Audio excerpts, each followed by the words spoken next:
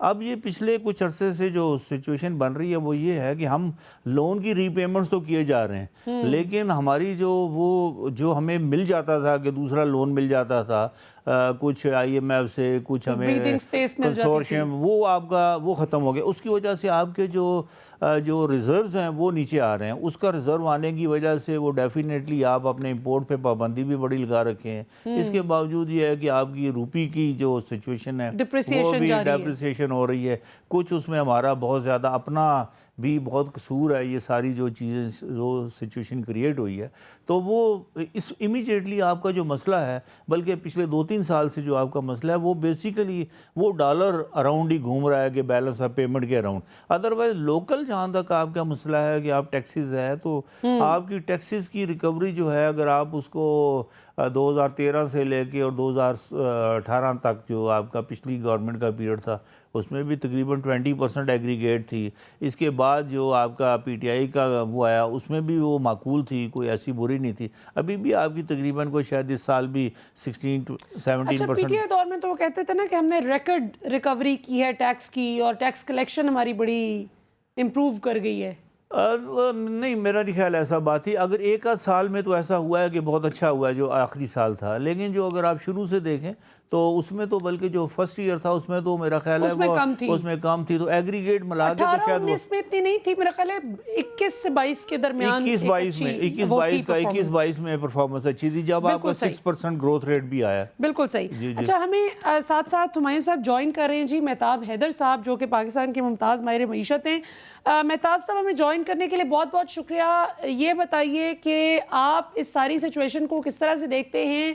آئی M F کی کیا خیر خبر ہے؟ کوئی اگلے بجٹ میں عوام کو کوئی بریدنگ سپیس ملنے کا امکان ہے، یا پھر اس سے بھی زیادہ مہنگائی کی چکی میں پسنے کے لیے تیار ہو جائیں لوگ؟ جی تھینک یو ویری مچ، بڑی مہربانی آپ کی. دیکھیں، بنیادی طور پہ جو پاکستان کا بجٹ ہے، اگر اس کو میں اس طرح سے ڈسکرائب کروں تو ایکسپینڈیچر سائڈ جو ہے وہ 3 ڈیز کے اراؤنڈ ریوالو کرتا ہے. اس میں سب سے بڑی جو ہماری ریکوائرمنٹ ہے وہ ڈیٹ سروسنگ کی ہے، کہ ہم نے جو قرضے لیے ہوئے ہیں ان پہ سود اور پرنسپل کی اماؤنٹ ہم نے ادا کرنی ہے. اس کے بعد ڈیفینس ہے، جو ہماری ریکوائرمنٹس ہیں وہ پوری کرنی ہے. اور تیسرا جو ہے وہ ڈیولپمنٹ ہے. اور ڈیولپمنٹ جو ہے وہ ہمیشہ سے لاسٹ پرائرٹی رہی ہے، اور اس کی وجہ سے پرابلم ہے. ابھی میں جب آپ کو جوائن کر رہا تھا تو ریونیو موبلائزیشن کی بات ہو رہی تھی.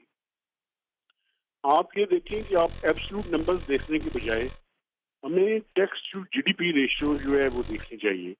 اور پچھلے 20 سال میں اگر tax to G D P ratio دیکھیں تو وہ 8 سے 10% کے درمیان کھڑی ہے. میں سمجھتا ہوں کہ پاکستان کی جو ریجنل کنٹریز ہیں، یہ پروڈیوسر صاحب، آپ اگر مہتاب صاحب کو کال دوبارہ سے کنیکٹ کریں، کچھ آواز کا ایشو آ رہا ہے، آپ دوبارہ سے کال کریں ہمیں. تب تک ہمایوں صاحب کی طرف چلتے ہیں ہم دوبارہ سے. آئی ایم ایف کا بہت چرچا رہتا ہے، ہر حکومت اپنا ایک پولیٹیکل سلوگن کے طور پر بھی اس کو بڑا لیتی ہے کہ ہم آئی ایم ایف کے کشکول کو توڑ دیں گے جو لے کر پچھلے گئے تھے، اور ہم نہیں جائیں گے آئی ایم ایف کے پاس. 2 چیزیں، ایک تو یہ بتائیے کہ کیا آئی ایم ایف کے پاس جانا نہ جانا، اس کو کوئی سیاسی رنگ دینا درست ہے؟ اور دوسرا یہ بتائیے کہ آخر پاکستان کی کیا ایسی مجبوری ہے کہ ہمیں آئی ایم ایف کے ہم گھن چکر سے نکلتے ہی نہیں؟ ہمارے پاس کیا آلٹرنیٹ سولوشنز ہیں کہ جن پہ جا کے آئی ایم ایف سے جان چھوٹ سکتی ہے؟ بڑا اچھا آپ کا سوال ہے. یہ آئی ایم ایف کو جانا ہمارے شاید مجبوری اس طرح بن چکی ہے کہ آئی ایم ایف کا پورا ایک یہاں پر ایک نیٹ ورک ہے پاکستان کے اندر ہے. وہ نیٹ ورک آپ کی بیوروکریسی کے اندر بھی ہے، وہ آپ کی ماہرین معاشیات کے اندر بھی ہے. اگر آپ بہت سے، میں آپ کو نام نہیں لوں گا لیکن آپ اپنے طور پہ ایکسپلور کر سکتی ہیں، جرنلسٹ ہیں آپ، کہ کتنے یہاں پر پاکستان میں جو ہیں جو آئی ایم ایف اور ورلڈ بینک سے باقاعدہ تنخواہ لیتے ہیں اور ان کی کنسلٹنسی کرتے ہیں، اور کتنے وہ ان کی پینشن کے اوپر ہیں ان کے. تو آپ کو ایسے ایسے لوگوں کے نام ملیں گے کہ آپ حیران رہ جائیں گی. اور وہ آئیں گے ٹیلی ویژن کے اوپر، گورنمنٹ میں ان کو وہ کہیں گے کہ آئی ایم ایف کے بغیر آپ کا گزارا ہی نہیں ہے. دنیا کے کون سا ملک، مجھے ایک دنیا کا آپ دکھا دیں جس نے آئی ایم ایف سے لون لے کے ترقی کی ہو؟ البتہ تباہی پھرتی ہے. اگر آپ کو جو آئی ایم ایف جب 2018 میں جب یہ سٹارٹ ہوا ہے، جب یہ نئی گورنمنٹ آئی اور انہوں نے ان کو یہ بتایا گیا کہ آئی ایم ایف کے علاوہ کوئی چارہ نہیں، تو اس وقت آپ کا صرف اور صرف ایشو جو تھا وہ صرف ایک آ رہا تھا، وہ ایشو یہی تھا، میں نے جو آپ کو بتایا بیلنس آف پیمنٹ کا کچھ فرق تھا۔ اس کو آپ کے لیے جو حل تھا، اس کا حل صرف ایک تھا، حل یہ تھا کہ آپ پاکستان کے اندر آپ اپنی ایکسپورٹ کو بڑھانے کے ایسے انسینٹیو دیں کہ جس سے آپ کی ایکسپورٹ بڑھے، ریمیٹنسز میں آپ ایسے اقدامات کریں کہ ریمیٹنسز بڑھے، مطلب فیسیلیٹیٹ کریں، ہونڈی بزنس کے اوپر کرب کریں، اور پلس جو غیر ضروری امپورٹ ہے، پرٹیکولرلی میں تو یہ کہتا ہوں کہ جو چیز پاکستان میں بنتی ہے وہ امپورٹ کرنے کی کیا ضرورت ہے، ٹھیک ہے نا؟ اور یہ بات آج کل آپ کر رہے ہیں، یہ کچھ آج کل آپ یہ لوگ کر رہے ہیں، امپورٹ میں پابندی کر رہے ہیں۔ یہ کام اگر 2018 میں جب پچھلی حکومت آئی یہ کام شروع کر دیتی تو یہ آپ کو 2-3-4 ارب ڈالر کا آپ کا جو گیپ آتا تھا وہ آپ بڑی آسانی سے میٹ کر سکتے ہیں۔ اچھا، یہ تھوڑا مہتاب صاحب کا وہ درست ہو گیا کنیکشن، تو واپس ان کی طرف چلتے ہیں، then I'll come back to you۔ Mahtab صاحب، یہ پچھلی گورنمنٹ کی بات کر رہے ہیں کہ اس میں بھی امپورٹس پہ ہی زیادہ ریلائنس تھی، اور اس سے پچھلی ہمیشہ سے رہی پاکستان میں امپورٹ بیسڈ اکانومی، لیکن پچھلی حکومت میں ایکسپورٹ جو تھی، ایکسپورٹس کا فگر بڑا زبردست بھی تھا، تو یہ بتائیے کہ ابھی ظاہر ہے وہ فگر ڈراپ بھی کر گیا، کچھ اوورسیز پاکستانیز ناراض بھی ہیں، ان کو لگتا ہے کہ ووٹنگ رائٹ سے محروم کر دیا گیا ان کو، تو وہ لیفٹ آؤٹ بھی فیل کر رہے ہیں۔ آپ کی اس حوالے سے کیا تجزیہ ہے اور کیا آبزرویشن ہے، کس طرح سے ہم اس ڈیفیسٹ کو ٹھیک کر سکتے ہیں، ختم کر سکتے ہیں؟ دیکھیں، بنیادی طور پہ مسئلہ یہ ہے کہ ہمیں جو ریئلٹیز ہیں اگر ان پہ بات کریں تو میرے خیال میں زیادہ بہتر ہے۔ دیکھیں، آپ 25 بلین ڈالرز کا جو ایکسپورٹ ہے وہ 75 سالوں میں ہم نے 25 بلین ڈالرز کو میکسیمم ٹچ کیا ہے، اور پی ٹی آئی کے آخری جو پیریڈ تھا، سال تھا، اس میں 25 بلین ڈالرز کو ٹچ کرنے کا نتیجہ میں آپ کے سامنے رکھ دیتا ہوں۔ بنیادی طور پہ جو ٹیکسٹائل سیکٹر ہے اس کو کوئی 570 ارب روپے کی سبسڈی دی گئی، اگر آپ اس کو کنورٹ کریں تو 2 بلین ڈالرز کی ایکسپورٹس بڑھی، تو جتنی سبسڈی ان کی بڑھائی گئی اتنی جو ہے وہ ایکسپورٹس بڑھ گئی۔ دیکھیں، بنیادی طور پہ جب تک ہم کمپٹیٹو نہیں ہوں گے، جب تک ہمارا انرجی سیکٹر میں آپ کی بجلی کا جو نظام ہے جب تک اس کو ٹھیک نہیں کیا جائے گا، یہ جو ٹیکس کا نظام ہے اس کو ٹھیک نہیں کیا جائے گا۔ بجلی کا نظام کیسے ٹھیک ہو سکتا ہے مہتاب صاحب؟ دیکھیں نا، بجلی کا نظام ایسے ٹھیک ہو سکتا ہے کہ آپ نے آئی ایم ایف اور ورلڈ بینک کے کہنے پہ اس پورے سسٹم کو ان بنڈل کرنے کی کوشش کی، ان بنڈل کرنے کے نتیجے میں آپ نے آدھے سسٹم کو ان بنڈل کر دیا اور اس کی جگہ پہ ڈسکوز جو ہے وہ بنا دی۔ نظام یہ تھا کہ آپ ڈسکوز کو پرائیویٹائز کرتے، لیکن آپ نے اس کو پرائیویٹائز نہیں کیا، اب آدھا تیتر ہے آدھا پیر ہے، یہ سسٹم کبھی بھی نہیں چل سکتا۔ یا تو اس کو واپس وابڈا کے اوپر لے کر جائیں یا اس کو پرائیویٹائز کریں، اور پرائیویٹائز کرنے کے نتیجے میں جتنی آپ کی چیزیں ہیں، مثلاً میں ایک آنےسٹ جو ہے وہ طریقے سے بل ادا کرتا ہوں، مجھے بجلی پوری ملنی چاہیے، مجھے ایفیشینٹ بجلی ملنی چاہیے، مجھے کیوں اس چیز کی سزا دی جا رہی ہے کہ کچھ لوگ بجلی چوری کر رہے ہیں یا وابڈا کا نظام ان کو چوری کروا رہا ہے، اور اس کا بوجھ جو ہے وہ آپ نے میرے اوپر ڈال دی ہے۔ پچھلے سال کے دوران جو لاسٹ فائنینشیل ایئر تھا، 1600 ارب روپے کی سبسڈی دی آپ نے پاور سیکٹر کو۔ یہ پاور سیکٹر اس انداز میں نہیں چل سکتا، یہ کسی دن بیٹھ جائے گا۔ اس کی بنیادی وجہ یہ ہے کہ ہم نے ٹھیک کام کرنا ہی نہیں ہے۔ ہم آئی ایم ایف کو بلیم کرتے ہیں، ابھی تھوڑی دیر پہلے یہ بات کر رہے تھے، ہمیں سب سے پہلے اپنے آپ کو بلیم کرنا چاہیے۔ یہاں پہ حکومتیں ہیں جو ٹیکس کا نظام نہیں ٹھیک کرنا چاہتی، پاکستان کی اشرافیہ ہے جو ٹیکس دینا نہیں چاہتی، پاکستان کی اشرافیہ ہے جو یہاں کے، یہ عجیب سا ملک ہے، انڈائریکٹ ٹیکسز آپ نے زیادہ لگائے ہوئے ہیں، ڈائریکٹ ٹیکس آپ امیروں پہ ٹیکس نہیں لگانا چاہتے۔ دنیا میں کیا ہوتا ہے، دنیا میں امیروں سے ٹیکس لیتے ہیں، غریبوں پہ خرچ کرتے ہیں، لیکن وہ ہاں جی بالکل پروگریسو ٹیکسیشن سسٹم ہوتا ہے۔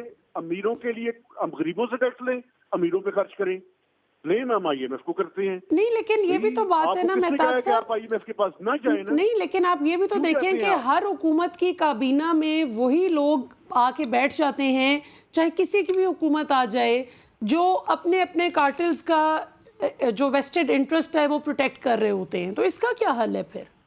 نہیں، اس کا حل یہ ہے نا، مجھے بتائیں، کمپٹیشن کمیشن آف پاکستان بنایا آپ نے. اس کمپٹیشن کمیشن آف پاکستان کو آپ نے جتنے بھی اس کے فیصلے ہیں، آپ کو پتا ہے کہ سارے کے سارے فیصلوں پہ اسٹے آرڈر ہے.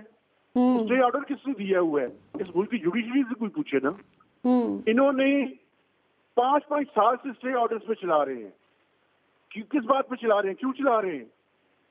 اربوں روپے کا کمپٹیشن کمیشن آف پاکستان نے ڈیسیژنز دیے ہوئے ہیں. وہ ہائی کورٹ میں یا سپریم کورٹ میں چل رہے ہیں. ایک کیس کا فیصلہ ہوا ہے، کسی کیس کا فیصلہ نہیں ہوا. پچھلے 10 سال 12 سال ہو گئے. اس کے بارے میں کوئی بات نہیں کرتا. کیوں نہیں کرتے؟ بنیادی وجہ یہ ہے کہ اس ملک میں اسٹیٹس کو ہے. اسٹیٹس کو باتیں کرنی آسان ہے، پریکٹیکلی کرنا مشکل ہے. اور میں آپ کو ایک بات بتاؤں، جی ابھی یہ کہہ رہے تھے کہ آئی ایم ایف کی وجہ سے جو ہے کون سے ملک بہتری ہوئی ہے. آئی ایم ایف کا مینڈیٹ نہیں ہے کسی ملک کی اکانومی کو ٹھیک کرنا بھائی جان. I M F I C U کے اندر جب کوئی ہوتا ہے تو اس کی اکانومی کو سٹیبلائز کرتا ہے. اور آئی ایم ایف کی پرسکرپشن ہے وہ غلط ہے. وہ پرسکرپشن یہ ہے کہ وہ مریض کو زندہ رکھنا چاہتے ہیں. اس کا مرض کی جو بنیاد ہے، جو بنیادی سمٹمز ہیں، ان کو ٹھیک نہیں کرتے. ویسے ان کا مینڈیٹ بھی نہیں ہے ٹھیک کرنا. وہ کہتے ہیں جی آپ اس مرض سے نکل کے آئی سی یو سے نکل کے آئیں اور اس کے بعد آپ بہتری کی طرف جائیں. ہمارا پرابلم کیا ہے؟ آئی سی یو سے نکلتے ہیں، اس کے بعد پھر تیاری کرتے ہیں کہ 6 مہینے 1 سال یا میکسیمم 2 سال کے بعد دوبارہ آئی سی یو میں چلے جائیں. تو ہمیں اپنے حکمرانوں کو زیادہ بلیم کرنا چاہیے. ہمیں اپنے پالیسی میکرز کو زیادہ بلیم کرنا چاہیے. صحیح. یہ تو بڑا آسان ہے پاکستان میں آئی ایم ایف کو بلیم کر دینا. آئی ایم ایف کو بلیم کرنے کے ساتھ ساتھ اپنے گریبان میں بھی ہمیں جانا. بالکل صحیح. جی ناظرین، بہت ہی دلچسپ گفتگو کا سلسلہ جاری ہے. یہاں پر وقت ایک شارٹ کمرشل بریک کا. بریک سے واپس آئیں گے تو گفتگو کے سلسلے کو یہیں سے جوڑیں گے اور تھوڑی سی آئی ایم ایف پہ ڈیٹیلڈ بحث کریں گے کہ آئی ایم ایف پاکستان کی معیشت کو بچانے کے لیے کیا واقعی ایک سیویئر ہے یا پھر سیویئر کے گارب میں یہ ایک ایسے چنگل میں ہم پھنس چکے ہیں کہ جس سے نکلنا ممکن ہی نہیں ہو پا رہا. After the break welcome back ناظرین. بات ہو رہی ہے جی پاکستان کی معیشت پر کہ کس طرح سے پاکستان کو جو اس معاشی تنزلی کا شکار ہے ہمارا ملک، کس طرح سے ہم اس کو نکال سکتے ہیں. اور ہمارے ساتھ 2 ممتاز ماہرین معیشت موجود ہیں. بات کرتے ہیں، گفتگو کے سلسلے کو آگے بڑھاتے ہیں. اب میں ذرا ہمایوں صاحب کی طرف چلتی ہوں. ہمایوں صاحب، اس میں تو کوئی شک نہیں ہے کہ آئی ایم ایف جس طرح ہمارے سیاستدان بڑے معصوم بن کے، چونکہ ایسی چیزیں جو فار انسٹنس پیٹرول کی قیمت ہے، اب اس کو چونکہ اپوزیشن میں ہوتے ہوئے انہوں نے پچھلی حکومت کو رگڑا لگایا ہوتا ہے کہ انہوں نے اتنے روپے فی لیٹر پہ پیٹرول بیچا ہے، ہم اتنے کا بیچیں گے. تو ظاہر ہے کہ جب وہ پھر حکومت میں آتے ہیں تو ان کو کوئی نہ کوئی بودی جسٹیفیکیشن گھڑنی ہوتی ہے. وہ یہ کبھی بھی آنیسٹلی نہیں بتاتے عوام کو کہ عالمی سطح پر پیٹرول کی قیمت کے اتار چڑھاؤ سے فرق پڑے گا پاکستان میں اس کی قیمت کا. تو یہ بتائیے کہ یہ تو بڑی سیدھی سی بات ہے کہ آئی ایم ایف یہ غلط بات کرتے ہیں زیادہ تر سیاستدان، اور تقریباً ہر وزیر خزانہ ہی یہ بات کرتے ہیں کہ جی آئی ایم ایف کی شرائط پہ عمل کرتے ہوئے ہم یہ مہنگائی کر رہے ہیں. آئی ایم ایف یہ نہیں کہتا کہ پیٹرول اتنا بڑھا دو، فلاں اتنا کر دو. وہ آپ کو ایک بیسک سا ٹارگٹ دیتے ہیں کہ اتنی ریونیو کلیکشن کرنی ہے، وہ آپ پہ ہے کہ آپ جیسے بھی کریں. تو اس کا آپ مہتاب صاحب کا آپ نے نقطۂ نظر جانا، کیا کہیں گے؟ دیکھیں، بات یہ کہنا کہ آئی ایم ایف کچھ نہیں کہتا. آئی ایم ایف آپ کو کہتا ہے کہ آپ روپے کو ڈپریشیٹ کر دیں. یہ آئی ایم ایف کی کہنے کے اوپر آپ کرتے ہیں، اور جتنی دفعہ ہوا ہے آپ کو ان کے کہنے کے اوپر کرنا پڑتا ہے. پھر وہ کہتا ہے جی آپ اپنا مارکر ریٹ جو آپ کا یہ جو ہوتا ہے یہ اسٹیٹ بینک کا ڈسکاؤنٹ ریٹ آپ بڑھا دیں. جب آپ روپے کو ڈپریشیٹ کر دیں گے تو آپ جو ڈالر میں جب آپ لیتے ہیں، پیٹرول کو لیتے ہیں، ڈیزل کو لیتے ہیں، تو وہ روپی ٹرم میں تو اس کی قیمت بڑھ جائے گی. آپ کی جو بجلی آئی پی پیز کے ساتھ جو آپ کے معاہدے ہیں وہ سارے سینٹس کے اندر ڈالر بیس ہیں، تو اس کی قیمت بڑھ جائے گی. آپ ایل این جی امپورٹ کرتے ہیں، اس کی لوکل میں قیمت بڑھ جائے گی. آپ ایڈیبل آئل امپورٹ کرتے ہیں، وہ ساری قیمت بڑھ جائے گی یہاں پہ. تو آئی ایم ایف تو بڑا وہ آپ کو ایک وہ کہتے ہیں نا کہ میٹھی چھری سے ذبح کرتا ہے. تو اس میں وہ ایک بڑا ان کا طریقہ واردات ہوتا ہے. وہ تو پوری، اور وہ ایک آج تو دیکھیں ثابت ہو، جو آئی ایم ایف ایک پولیٹیکل انسٹیٹیوشن ہے. یہ ملکوں کو, اگر جو ملک ان کے ساتھ خوش ہیں, جن کے ساتھ وہ آپ کو پتا ویسٹرن یہ لابی ہے, اور یہ وہ نیو کلونیلزم کی ایک فارم ہے جو 1945 کے بعد برٹن ووڈ ایگریمنٹ کے تحت جو جس قسم کے ادارے بنائے گئے ورلڈ بینک, کیونکہ اب فزیکل پریزنس ان کی مشکل ہو گئی تھی کالونیز بنانے کی, تو وہ اس کو اکنامک مانیٹریلی اس کو قابو کرتے تھے. تو ان کا مقصد یہ ہوتا ہے کہ ان ممالک کو قابو رکھنا. تو آئی ایم ایف جو ہے کوئی سلوشن نہیں ہوتا, یہ پرابلم کریٹر ضرور ہوتا ہے, اور وہ اس قسم کی چیزوں سے کرے گا کہ یہ چیزیں جب بڑھیں گی آپ کا. اب آپ جی بات آئی ہے کہ آپ کا ڈیٹ سے ری سروسنگ بڑھ چکی ہے. ڈیٹ ری سروسنگ آپ کی بیسیکلی جو بڑھی ہے 2 وجہ سے بڑھی ہے. ایک بڑی آپ کا ڈالر روپی پیرٹی, یعنی 2018 میں 104 روپے کا ڈالر آج آپ کا 300 روپے پہ چلا گیا, آپ کا 3 گنا قرضے کا وہ بڑھ گیا, تو آپ انٹرسٹ ریٹ تو بڑھے گا. پھر پلس آپ کا جو 2018 میں پرابیبلی 5 یا 6% تھا بینک ریٹ تھا, وہ آج کتنا 21% ہے یا 20% ہے. تو وہ آپ کے خیال میں اسے ڈیٹ ریسرچنگ کم ہوگی یا بڑھے گی؟ تو ڈیٹ ریسرچنگ آپ نے کرنی. اب صورتحال یہ ہے اس وقت, فگرز کی بات یہ ہے کہ ابھی یہ جو آن گوئنگ جو چل رہا ہے, جو بجٹ آپ کا ختم ہوگا 30 جون کو, اس میں آپ کا ریونیو ٹیکس ٹارگٹ تھا 7.5 ٹریلین کے قریب, اور وہ پورا نہیں ہوگا, وہ تقریباً 400-500 کا گیپ آئے گا, تو وہ تقریباً 7 ٹریلین آپ کا ہو جائے گا. اس 7 ٹریلین میں سے 57% اسٹیٹ اوے صوبوں کو چلا جائے گا این ایف سی ایوارڈ کے تحت, ٹھیک ہے, نہیں این ایف سی ایوارڈ کے تحت, تو آپ کے پاس بنتا ہے تقریباً 3 ٹریلین. جبکہ آپ کی جو ڈیٹ ری سروسنگ لائبلٹی ان 2 وجوہات کی وجہ سے بن چکی ہے, کہ جو کہ ڈالر کو بڑھانے کی وجہ سے, یعنی روپی کو کم کرنے کی وجہ سے, اور انٹرسٹ ریٹ بڑھانے کی وجہ, وہ جا چکی ہے 5.5 ٹریلین سے زیادہ. تو اس کا مطلب یہ ہے کہ آپ کا جو 3 ٹریلین آپ کے پاس فیڈرل گورنمنٹ کے پاس بنے گا, آپ مجھے بتائیے 3 روپے آپ کے پاس ہوں یا 300 روپے آپ کے پاس ہوں, تو 500 روپے کی آپ پیمنٹ کہاں سے کریں گے اس میں سے؟ تو آپ لون لیں گے, کچھ آپ کی وہ فیڈرل ہوتی ہیں لیویز وغیرہ, اس کو آپ لیں گے, وہ کر کے آپ کا پورا ہوگا. لیکن کہنے کا مطلب یہ ہے کہ اس کے بعد آپ کے پاس اتنا بھی نہیں بچتا کہ آپ اپنا ڈیٹ ریسرچنگ ہی پوری کر سکیں. تو یہ اس لیے میں یہ کہتا ہوں, یہ جو آپ کا یہ کہنا کہ آئی ایم ایف نہیں مہنگائی کے لیے کہتا, تو آئی ایم ایف تو یہ نہیں کہتا کہ آپ اس میں گوشت کے اوپر ٹیکس لگا دیں یا آپ دالوں کے اوپر ٹیکس لگا دیں, لیکن یہ تو سارا کچھ بڑھ جاتا ہے آپ کا. آپ 450 روپے ڈپریشیٹ کرتے ہیں تو obviously. اچھا, میں مہتاب صاحب کے پاس جانے سے پہلے ایک کوئکلی, جس طرح انہوں نے بات کی کہ ہمیں اپنے بھی گریبانوں میں جھانکنے کی حکمرانوں کو ضرورت ہے. اب دیکھیں جو اوپن مارکیٹ کا ڈالر ریٹ ہے اور انٹر بینک ڈالر ریٹ, وہ اس دفعہ ہم نے دیکھا اس سال میں پاکستان کی تاریخ میں کبھی اتنی وہ اس میں فرق نہیں تھا جو آیا. تو یہ تو وہ چیزیں جو کہ آئی ایم ایف کے کہنے پہ نہیں ہے, یہ تو خود ہی مینج کرنے والی ہے. اب یہ بڑی اچھی بات آپ نے کی, اچھا کیا کویسچن کر لیا. 2018 تک آپ کا پورا 13 سے 18 تک آپ کا ڈالر تقریباً 100 روپے 104 روپے کے اراؤنڈ رہا ہے, ٹھیک ہے نا جی. کوئی گرے مارکیٹ نہیں تھی, اوپن مارکیٹ اور اس کے درمیان 1-1.5 روپے کا فرق تھا. یہ جو جب آپ کی یہ شروع ہو جاتا ہے نا, جب آپ نے ڈالر کو گرانا اور انسرٹینٹی شروع ہو جاتی ہے مارکیٹ کے اندر, اس کے بعد اسپیکولیٹنگ بائنگ شروع ہو جاتی ہے. 20 سے 30 ارب ڈالر لوگوں کا گھروں میں موجود ہے اس وقت بھی پاکستان کے اندر.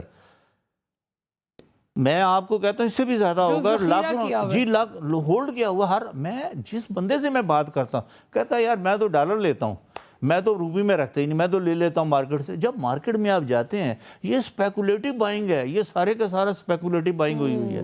پاکستان کی کیا اکانومی آدھی رہ گئی ہے پچھلے سال سے, کہ جو ڈالر آدھا رہ گیا. تو یہ جو چیزیں ہوتی ہیں جو اسپیکولیٹو بائنگ میں یہ کچھ ہو رہا ہے, اور وہ مزید خراب کر رہا ہے اس چیز کو. مہتاب صاحب آپ نے ساری گفتگو سنی, ایک تو اس پہ اس کا رسپانس آپ کا کیا ہے, رسپونڈ کر دیجیے گا. اور دوسرا like whether you agree with it or not.